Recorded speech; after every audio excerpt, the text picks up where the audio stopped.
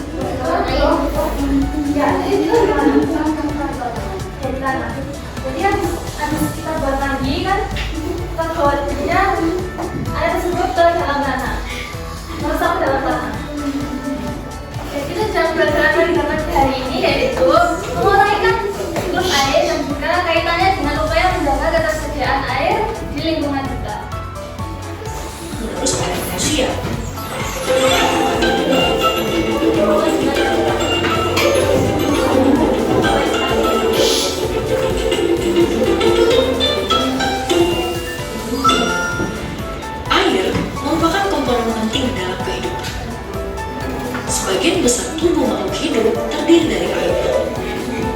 Contohnya tubuh manusia yang 70%-nya merupakan air.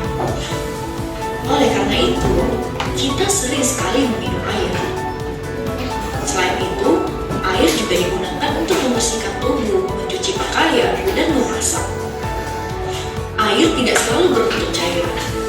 Ketika didinginkan, air akan berubah bentuk menjadi es yang padat. Apabila air dipanaskan, maka akan menjadi uap air yang tidak terlihat oleh mata. Begitu pula di alam.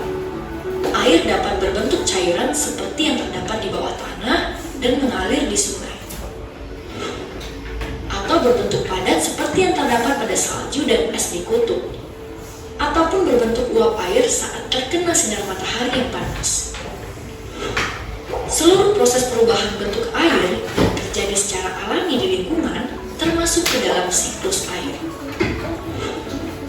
Air di laut. Jadi seluruh proses air yang terjadi di permukaan di alam kita disebut siklus air. Di sini sudah ada proses siklus air yang akan kita pelajari pada pagi hari ini ya. Akan menguap ke udara akibat panasnya matahari, kita sebut sebagai evaporasi. Ya, jadi jika air laut yang ada di permukaan terkena sinar matahari akan menguap, disebut evaporasi. Jadi proses terjadinya penguapan air laut oleh matahari disebut sebagai evaporasi. Air akan turun kembali ke daratan yang membentuk air hujan. Nah, setelah air tersebut menguap akan membentuk beberapa kumpulan awan, di mana awan tersebut akan menurunkan air hujan, di mana disebut kondensasi. Pengumpulan uap air menjadi sebuah awan. Nah, setelah air tersebut turun merosot ke dalam tanah, disebutnya presipitasi.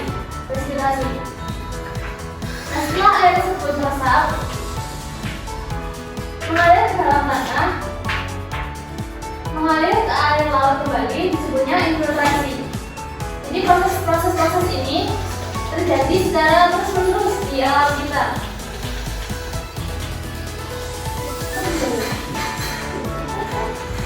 Nah, dengan adanya proses siklus air ini, kita dapat juga menjaga upaya untuk menjaga ketersediaan air yang ada di muka bumi kita.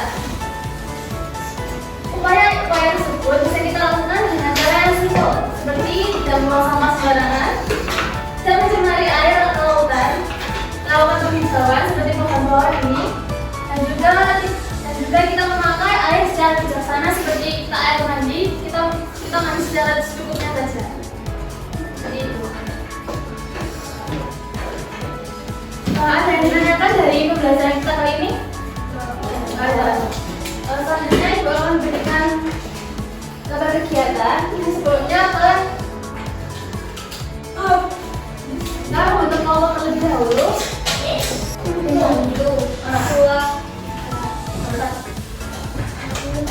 Dua, tiga, empat. Satu, dua, tiga, empat. Kita bagi ya.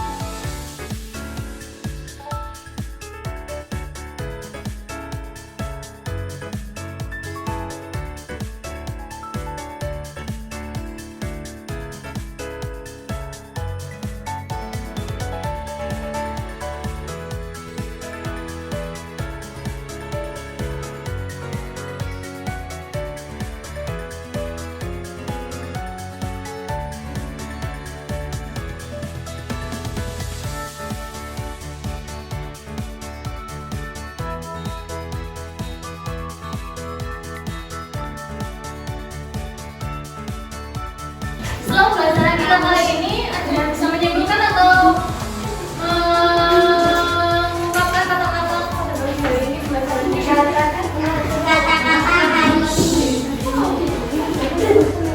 aja, Mak.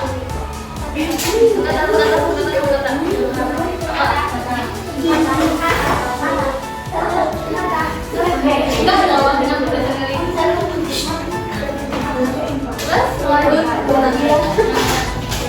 Nyalain. Gak ada yang mau disimpulkan? Apa? Simpulan? Oh. Jangan menyimpulkan. Apa mau dimulai? Sejarah lah. Sejarah mana sih? Oh, masih boleh. Siapa punya juga boleh. Masih dimana ya? Jadi pada pelajaran kali ini kita sudah pelajari apa itu siklus air. Ada apa aja proses yang ada di dalamnya. Itu ada evaporasi, kondensasi, presipitasi, dan juga infiltrasi. Di mana proses ini semua terjadi di alam kita atau terjadi di sekitar kita. Yang mana kita harus menjaga upaya-upaya untuk menjaga ketersediaan air di sekitar kita agar tetap ada hingga anak cucu kita nanti.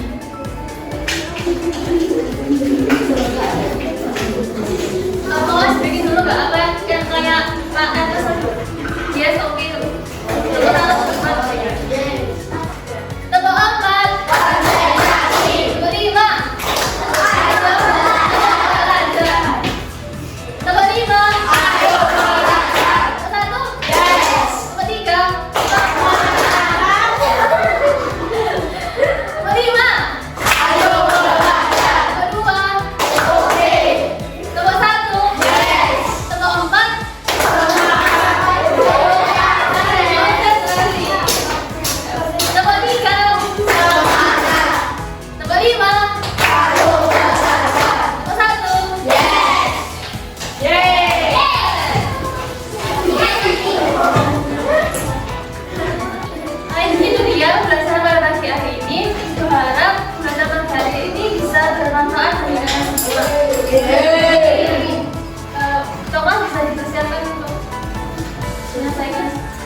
berjamaah. Persiapan berdoa.